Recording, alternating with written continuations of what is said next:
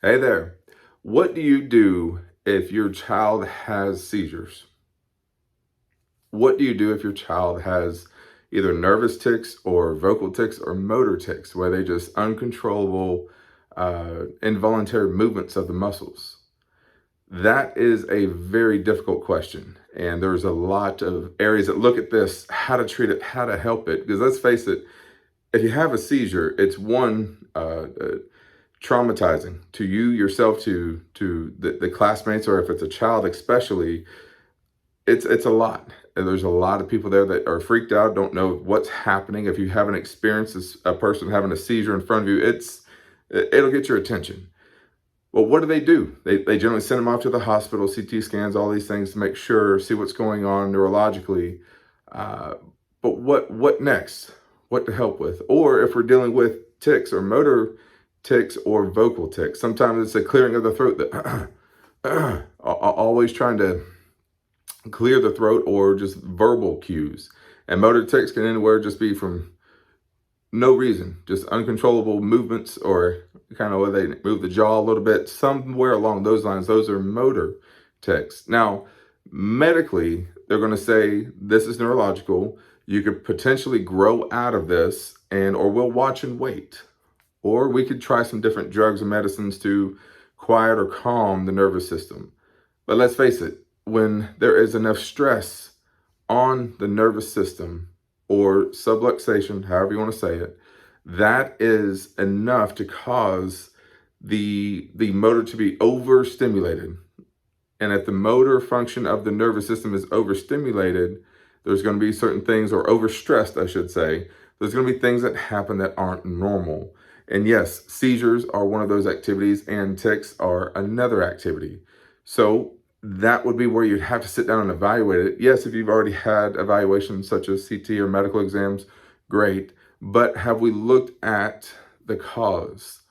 They might find something on a CT scan. They might find something, but what is the cause? How do we get to the cause? We have to find out where this stress is coming from and get after it and help these children grow the right way. That way they're not dealing with this on a repetitive basis.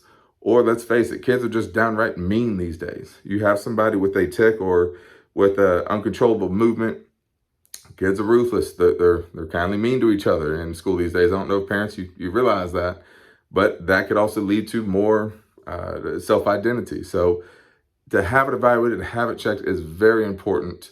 To look at the nervous system itself, see which areas might be triggered more or stressed more, and to get that off. That is where you can see successfully the nervous system calm down, quiet naturally, without having to rely on another drug or chemical coming into the body.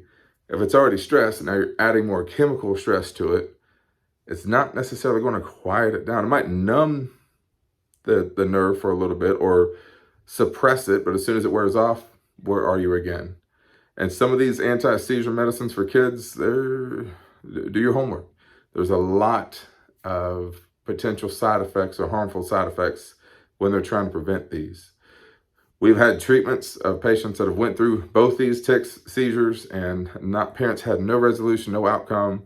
We had conversations with them. We got to the quick of the problem, or the stress point within the spinal nervous system. That's where we're able to help them, and help them in powerful ways. It's neat to see a child who has seizures, who is so scared, so distraught, come back to life and come back to normal. And it's also cool to watch those that have had these tics that they thought, oh, this is just me, I don't really know why I'm doing this, begin to see light and life in another aspect.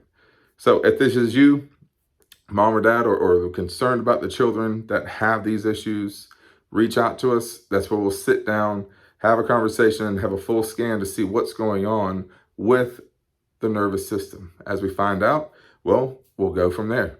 Everybody's different, and every patient is different with new problems or new conditions that may not have resolution yet, but we are here to look at it differently to provide a resolution for you.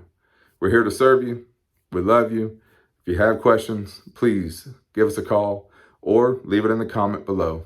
We'd love to help you any way we can. Take care.